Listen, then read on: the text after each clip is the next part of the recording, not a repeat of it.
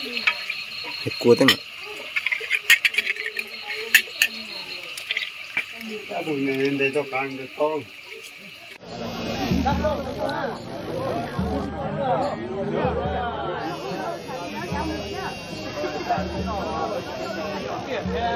Thế này là đá tỏi chứ tao chơi là sao?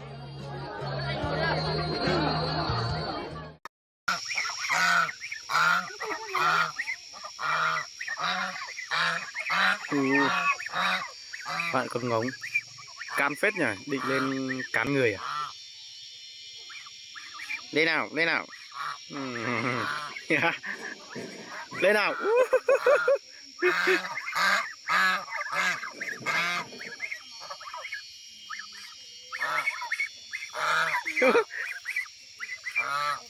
Các bạn, bây giờ tôi đang ở nhà của anh bạn trong một buổi đám cưới từ nhà gái về nhá.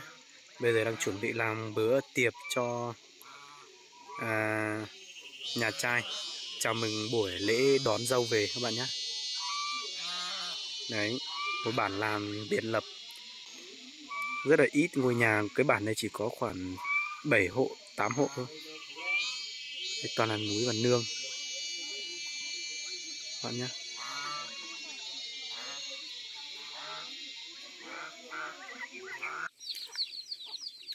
Các bạn, hôm nay sẽ mổ con bò này.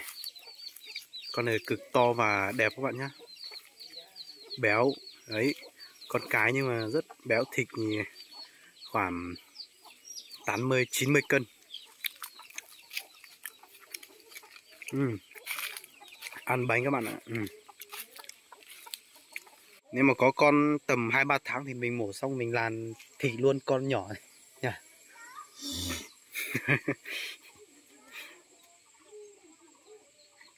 Con này chắc có con nhỏ thôi. Anh Diêm bảo là mấy giờ mổ đấy? Bò Hơn 4 giờ. Hơn 4 giờ, bây giờ gần 5 giờ thôi. Ôi, 5 giờ thôi nhỉ? Hơn 5 giờ thôi đấy. thể mổ luôn đi, thế rồi hỏi nó đi.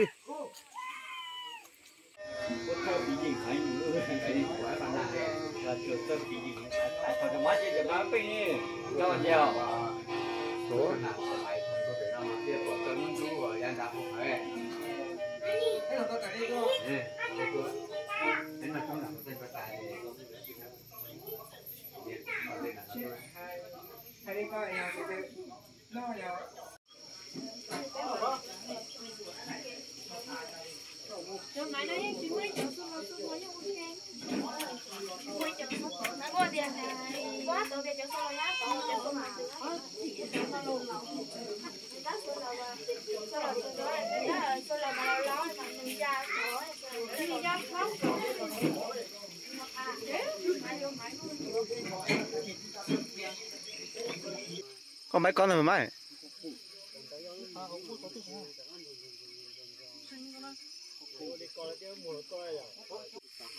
Anh ấy đang tiến hành mổ trâu. Tươi thế, tươi ngon đấy này.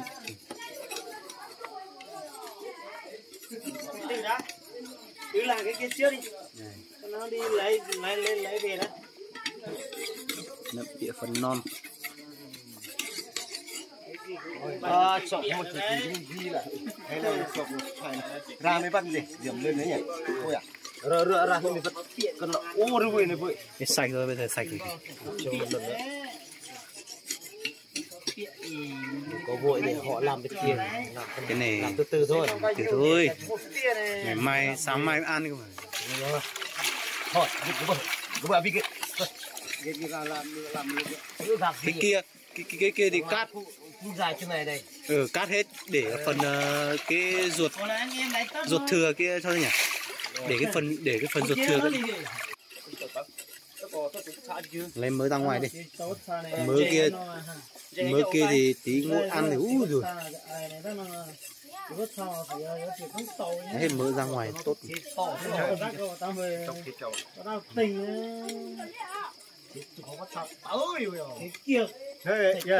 con thìa nông chi chế thêm được có mua thìa này.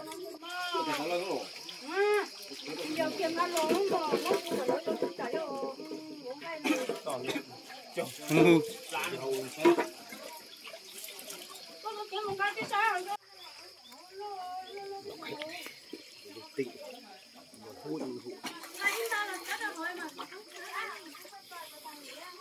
Con nó nộp lụa thả chơi ải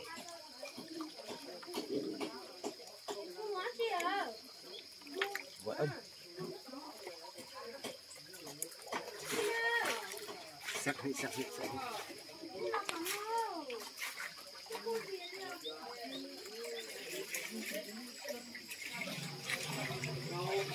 chập có mua lúc kia này đi tập chơi chập 10 tiếng kia mình plăng mà hưng nó cái mà này bị tắc rồi này chán nó ra hết rồi chập Món lợn tiện các bạn nhé. Món lợn tiện.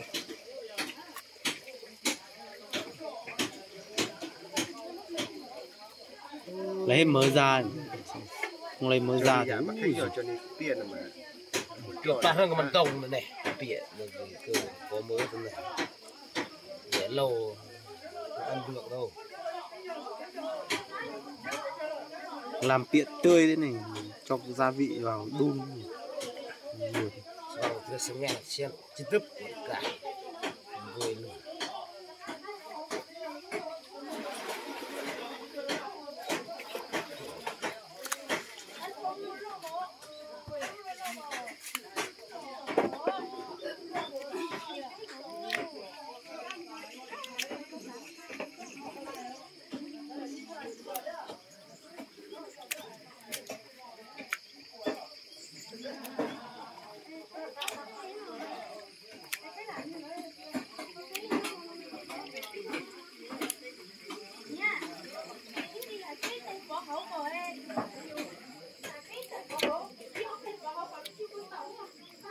Chắc thế, ôi ôi, làm bữa vườn đi. Cắt đi.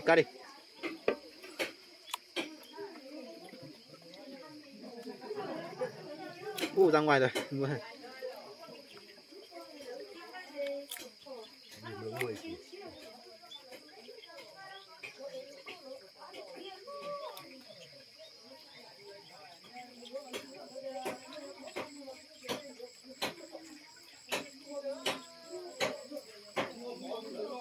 Vào sổ. Được rồi.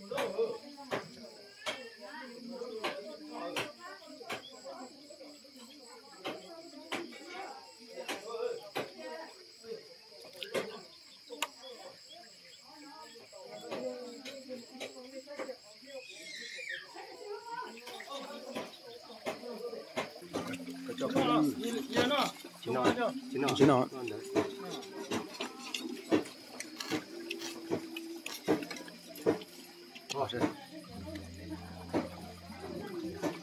Một tí thế này tú. Vậy thôi, đã bị ơi mà. Thế thôi.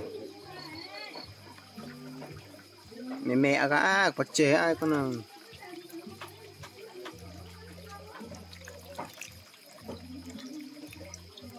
Mùi thơm rồi đấy, sẽ này rất thơm nữa này. Đi có gì, có tàu hành gì cho cua con. Tàu cá dùng à?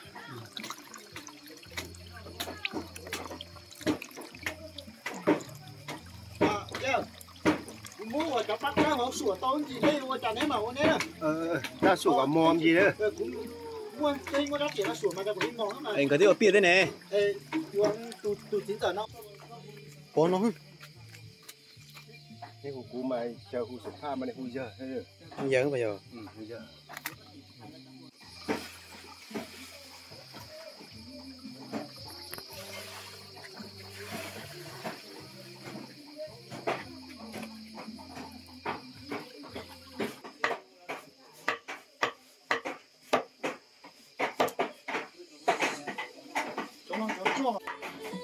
Bên này tiếp canh canh tịa.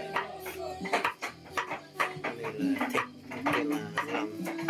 Đấy, tách nhớ là canh tịa ra khỏi lòng cho vào đây. Ý là mình cho tổng hợp vào nấu các bạn nhé.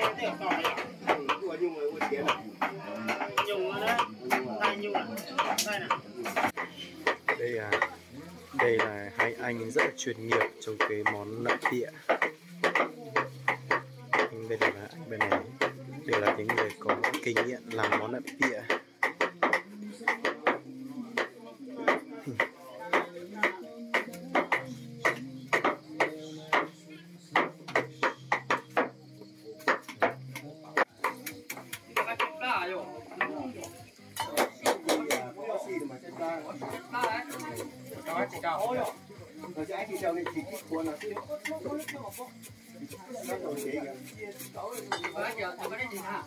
Anh Sếp là người chuyên nghiệp làm món nậm pịa.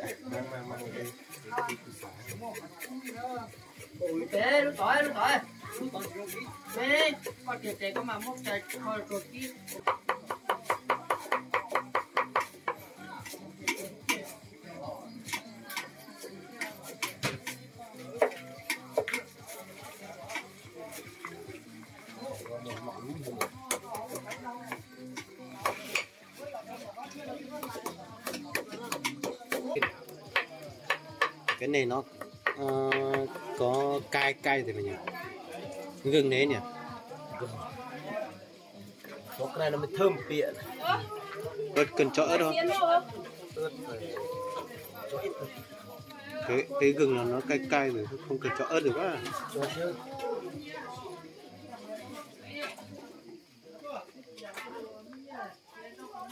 Hai quả.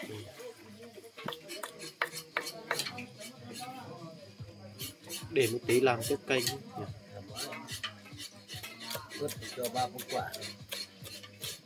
Gừng vốn cay rồi cho ớt vào nó cay quá khoan được.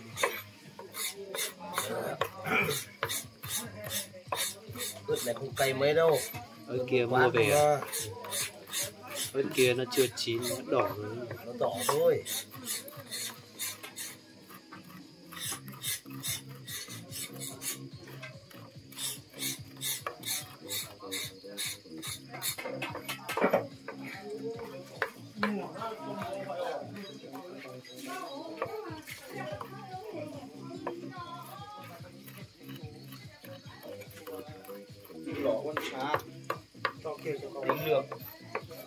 Tính lượng này này. Cho cái này luộc trước mà Xanh xanh thế này ăn đúng không? để cho nó cái này nó giòn, xong cho nước pịa vào. Cái pịa này chơi dùng lắm. Thì đã chi đơn này giờ thì rồi bà bua đó. Nước pịa nó Nó vị này thì một bà bua đó. Trót mỡ. Cần cho nói. Mỗi địa phương Tính lượng ít đó, ít à? Cho nó. Tính lượng nào? Đánh sợ ít mà. Chú đó đó là ải và ải mức mấy anh có nhìn nó. sao là sẽ trộn tiền là sao không mực đi. Xin cặp. Mỗi địa phương sẽ có một cách chế biến riêng cái món nậm pịa này.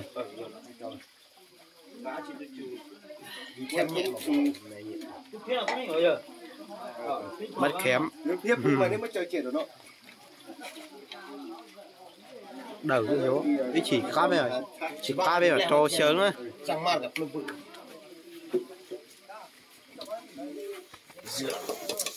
Ok. Ôi rồi, đau lưng quá.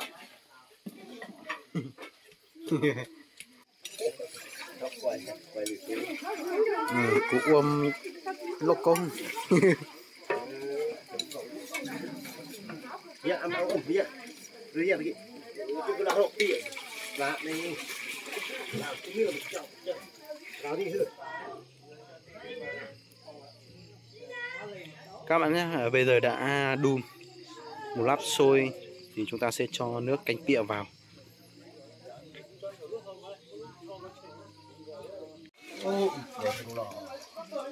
Ngon, quá ngon nhỉ. Con bò non đâu, con bò nó. Cái này nhìn Quá chín rồi. chín. Lúc chó luôn. Lúc chó luôn. Ăn lọ.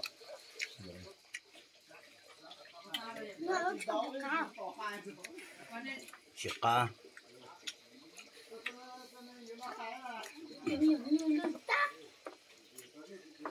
Con nó bự chó. Thì lúc chó con nhiều bây giờ.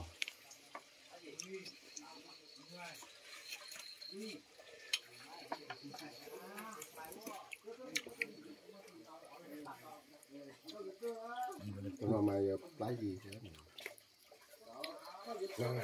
Nó xuống lo chán. Được rồi.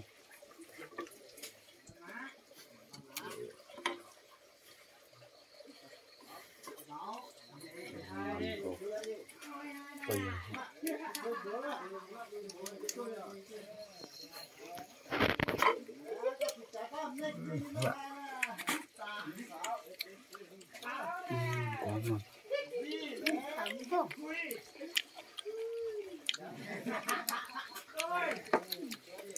Im mắc kín đi. Thầy có nói này. Con thấy của thật con thấy không nó.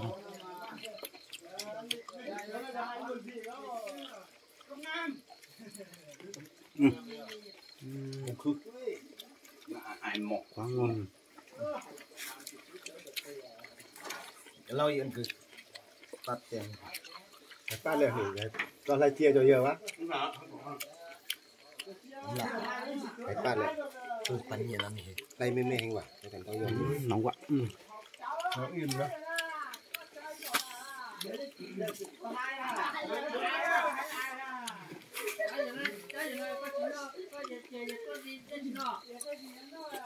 Phát con nữa nè. Hàm tổ đi. Cái này cái áo này, cái áo con bò non này. Rồi băm cho lên, xong rồi băm mượn ăn đi.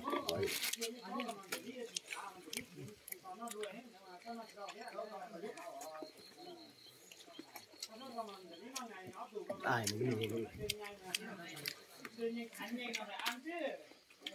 Hiến khó đấy nhỉ, con món con bò non ngon nhất nhỉ. bán hết rồi chẳng lạnh. Mưa sẽ không tự.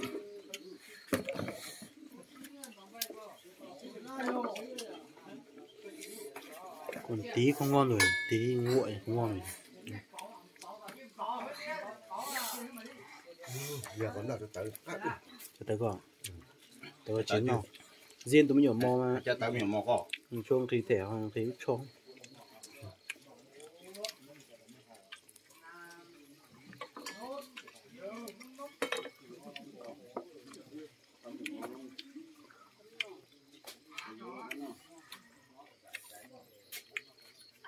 Ai mua được lọt rồi. Có tiền không muốn được đâu món này.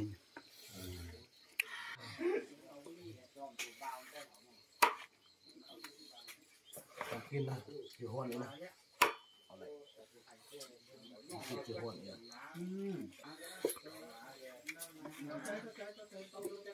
Pịa quá, pịa con nhỏ mà. Này.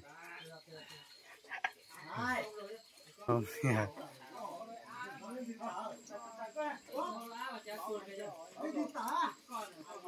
đắng.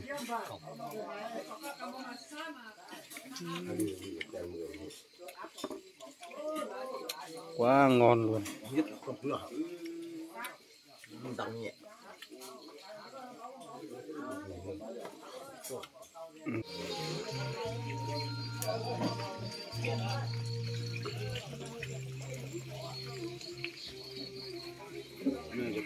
Piệu.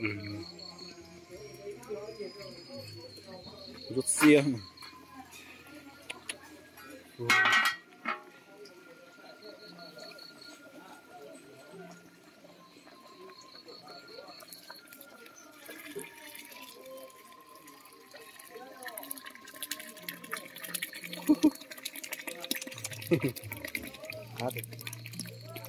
Kê đi, kia nhỉ.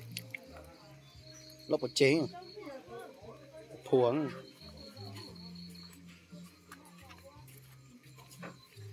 Cá cháu.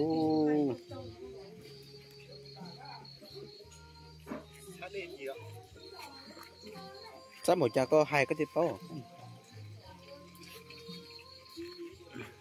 Chọc.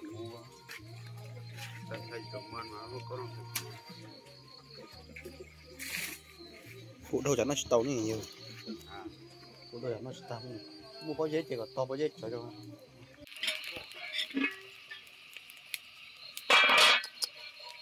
Bia không nhiều.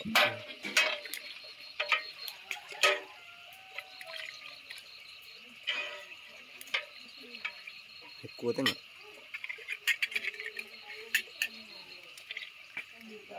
Để cho càng được con.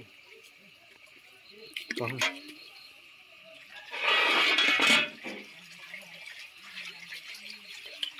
Nó điên. Cái kia. Cái kia con. Đừng giang.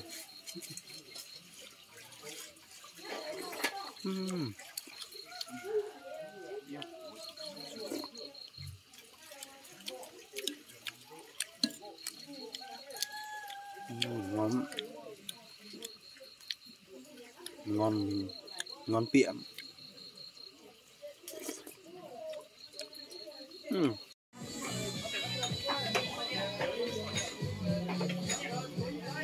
Đi việc là chung vậy.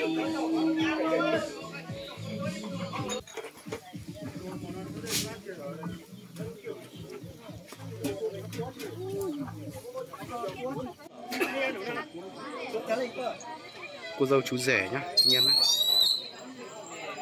Sán ơi, áo sán, ai sán? Một tí căng được bạc thì căng cái bạc nắng quá.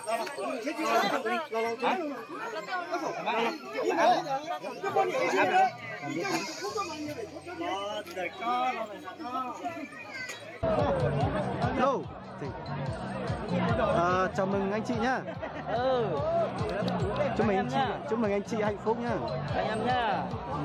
Có cái quà này cho Em nhá. cho anh chị nhân gì không có cái gì, có tí quà. Đây là một buổi đám cưới rất là sinh động và rực rỡ. Đấy, có rất là nhiều trai đẹp và gái xinh đến dự bữa cơm. Đấy, đó là những bộ trang phục rất là đẹp của các cô gái trẻ dân tộc Mông các bạn nhé.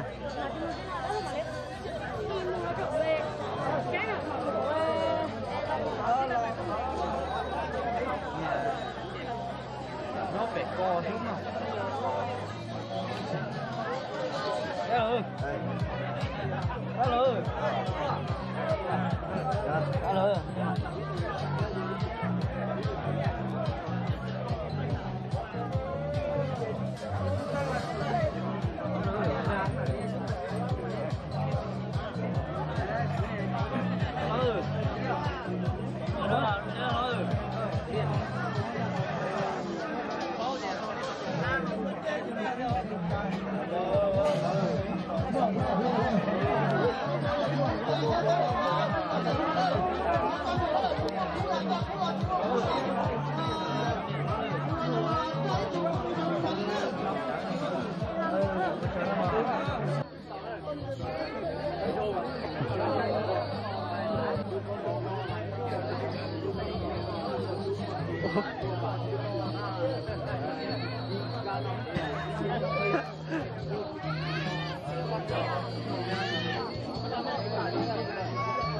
Cô gái Mông xinh rất là xinh đẹp các bạn nhé.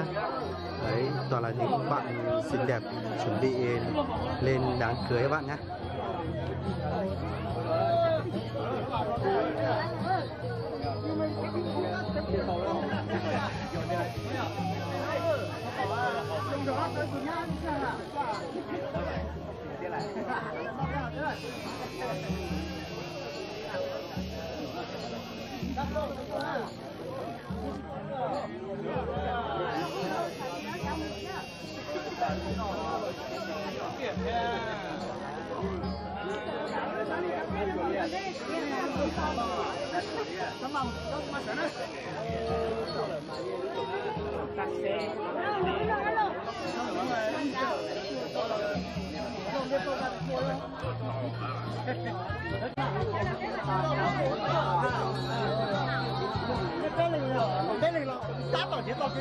Tôi chơi rồi nào.